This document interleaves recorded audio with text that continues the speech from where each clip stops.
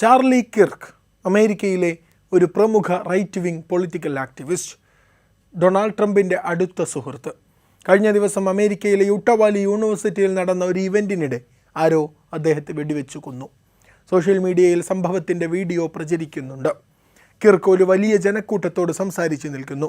അപ്പോഴാണ് ഒരു വലിയ പൊട്ടൽ, ഒരു വെടിയൊച്ച മുഴങ്ങിയത്. കിർക്ക് തൻ്റെ കഴുത്തിൽ മുറുകെ പിടിച്ച് കസേരയിൽ നിന്ന് വീണു. കാണികൾ ഓടി. ആരാണ് ഈ ചാർലി കിർക്ക്? എന്തിനായിരിക്കും അദ്ദേഹത്തെ വെടിവെച്ച് കൊന്നിട്ടുണ്ടാവുക? എന്താണ് ഈ കൊലപാതകത്തിന് അമേരിക്കയിൽ ഇത്രമേൽ രാഷ്ട്രീയ പ്രാധാന്യം കൈവരുന്നത്? നോക്കാം. 31 വയസ്സ് മാത്രമുള്ള യുവാവായ right wing political activist Charlie Kirk ഒരു പ്രസംഗ പര്യടനത്തിലായിരുന്നു. അമേരിക്കൻ കംബാക്ക് ടൂർ നടത്തുകയായിരുന്നു അദ്ദേഹം.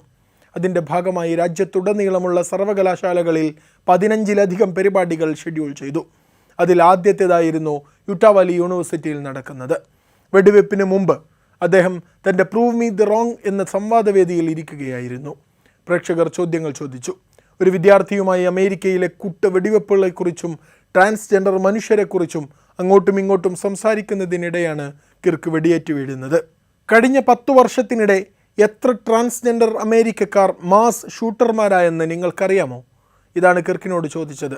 വളരെയധികമെന്നായിരുന്നു ജനക്കൂട്ടം കൈയടിച്ചപ്പോൾ കിർക്ക് നൽകിയ അവസാനത്തെ മറുപടി. അമേരിക്കയിൽ ജനിച്ച ചാർലി കിർക്ക് കോളേജ് പഠനം പൂർത്തിയാക്കാതെ തന്നെ തൻ്റെ 18-ാം വയസ്സിൽ 2012 ടേണിംഗ് പോയിൻ്റ് USA എന്ന ഒരു കൺസർവേറ്റീവ് യൂത്ത് ഓർഗനൈസേഷൻ സ്ഥാപിച്ച് രാഷ്ട്രീയം തുടങ്ങിയതാണ്.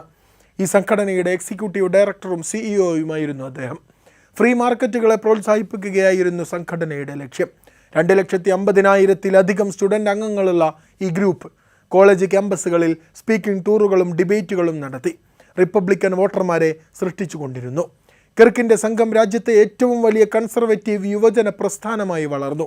കാലക്രമേണ ട്രംപ് അനുകൂല സ്വാധീന ശക്തിയുള്ളവരുടെ ഒരു ശൃംഖലയായി അത് മാറി. ആ ശൃംഖലയുടെ കേന്ദ്ര ഘടകമായി അദ്ദേഹവും മാറി. മേക്ക് അമേരിക്ക ഗ്രേറ്റ് അഗൈൻ പ്രസ്ഥാനത്തിൻ്റെ മുഖം എന്ന് പലപ്പോഴും ഇതിനെ വിശേഷിപ്പിച്ചു. 2024 പ്രസിഡന്റ് തെരഞ്ഞെടുപ്പിൽ പ്രചാരണ വേളയിൽ നിരവധി യുവ വോട്ടർമാരെ തൻ്റെ പക്ഷത്തേക്ക് കൊണ്ടുവന്നതിന് ട്രംപ് പലപ്പോഴും കിർക്കിനെ പ്രശംസിച്ചിരുന്നു. മുഖ്യധാരാ മാധ്യമങ്ങളുടെ നിശിത വിമർശകനായിരുന്നു അദ്ദേഹം. വംശം, ലിംഗഭേദം, കുടിയേറ്റം എന്നിവയെ ചൊല്ലിയുള്ള സാംസ്കാരിക യുദ്ധ പോരാട്ടങ്ങളിൽ സ്വയം സജീവമായി. അദ്ദേഹത്തിൻ്റെ പ്രകോപനപരമായ ശൈലി അദ്ദേഹത്തിന് വിശ്വസ്തരായ നിരവധി പിന്തുണ അടിത്തറ നേടിക്കൊടുത്തു. മാത്രമല്ല, അതോടൊപ്പം തന്നെ കടുത്ത എതിർപ്പുമുണ്ടായി. കിർക്ക് ഒരു മീഡിയ പേഴ്സണാലിറ്റി കൂടിയായിരുന്നു. ദി ചാർലി കിർക്ക് ഷോ എന്ന പോഡ്കാസ്റ്റ് ദേശീയ തലത്തിൽ തന്നെ നല്ല പ്രചാരം നേടി. റേഡിയോ പ്രോഗ്രാമും ലഭ്യമായിരുന്നു. അങ്ങനെ ഇയാൾ ട്രംപിൻ്റെ അടുത്ത സുഹൃത്തും ഉപദേശകനുമായി. 2016 ട്രംപ് ക്യാമ്പയിനിൽ അനൗദ്യോഗികമായി സഹായങ്ങൾ നൽകി. യുവ റിപ്പബ്ലിക്കൻ വോട്ടർമാരെ ആകർഷിച്ചു കൊണ്ടിരുന്നു. 2024 തെരഞ്ഞെടുപ്പിലും ട്രംപിനെ പിന്തുണച്ചു. അതോടൊപ്പം കിർക്ക് ഇസ്രായേലിൻ്റെ ശക്തനായ പിന്തുണക്കാരനായിരുന്നു. ജൂത ക്രിസ്ത്യൻ മൂല്യങ്ങളെ നന്നായി പ്രോത്സാഹിപ്പിച്ചുകൊണ്ടിരുന്നു. പുസ്തകങ്ങൾ ധാരാളം എഴുതി. പക്ഷേ അദ്ദേഹത്തിൻ്റെ വിവാദപരമായ കുറേ അഭിപ്രായങ്ങളുണ്ടായിരുന്നു. റേസിസം, ക്സെനോഫോബിയ ഇങ്ങനെയുള്ള ചില ആരോപണങ്ങൾ അദ്ദേഹത്തെ വിമർശനത്തിന് വിധേയമാക്കി. പക്ഷേ ട്രംപ് പലപ്പോഴും അദ്ദേഹത്തെ ലെജൻഡ് എന്ന് വിശേഷിപ്പിച്ചുകൊണ്ടിരുന്നു. 3000-ലധികം ആളുകളുള്ള ഒരു ക്രൗഡിനോട് സംസാരിക്കുന്നതിനിടെയാണ്, മാസ് ഷൂട്ടിങ്ങുകളെക്കുറിച്ചുള്ള ഒരു ചോദ്യത്തിന് മറുപടി പറയുന്നതിനിടെയാണ് കിർക്ക് കൊല്ലപ്പെടുന്നത്.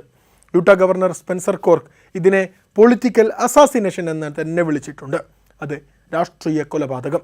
ക്രൗഡ് നിൽക്കുന്ന സ്ഥലത്ത് നിന്നും വെറും 180 മീറ്റർ അകലെയുള്ള സ്കൂളിൻ്റെ തന്നെ ഒരു ബിൽഡിംഗ് റൂഫിൽ നിന്നാണ് ഫയർ ചെയ്തത്. ഷൂട്ടർ ആവട്ടെ ഓൾ ഡാർക്ക് ക്ലോത്തിങ് ധരിച്ചിരുന്നു.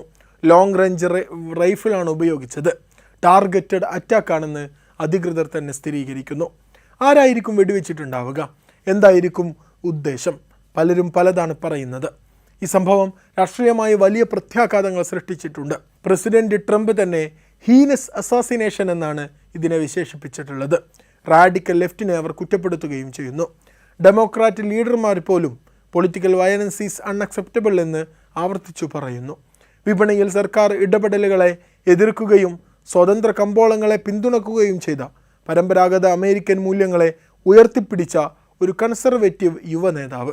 കുടിയേറ്റം, തോക്ക് നിയമങ്ങൾ, സാംസ്കാരിക യുദ്ധങ്ങൾ ഇങ്ങനെ തുടങ്ങിയ നിരവധി മേഖലകളിൽ തീവ്രമായ നിലപാടുകൾ പുലർത്തിയ നേതാവ്. യുവജനങ്ങളുടെ ഇടയിൽ ചാർലി കിർക്കിന് വലിയ സ്വാധീനമുണ്ട്. ട്രംപിൻ്റെ ഉറ്റ സുഹൃത്താണ്.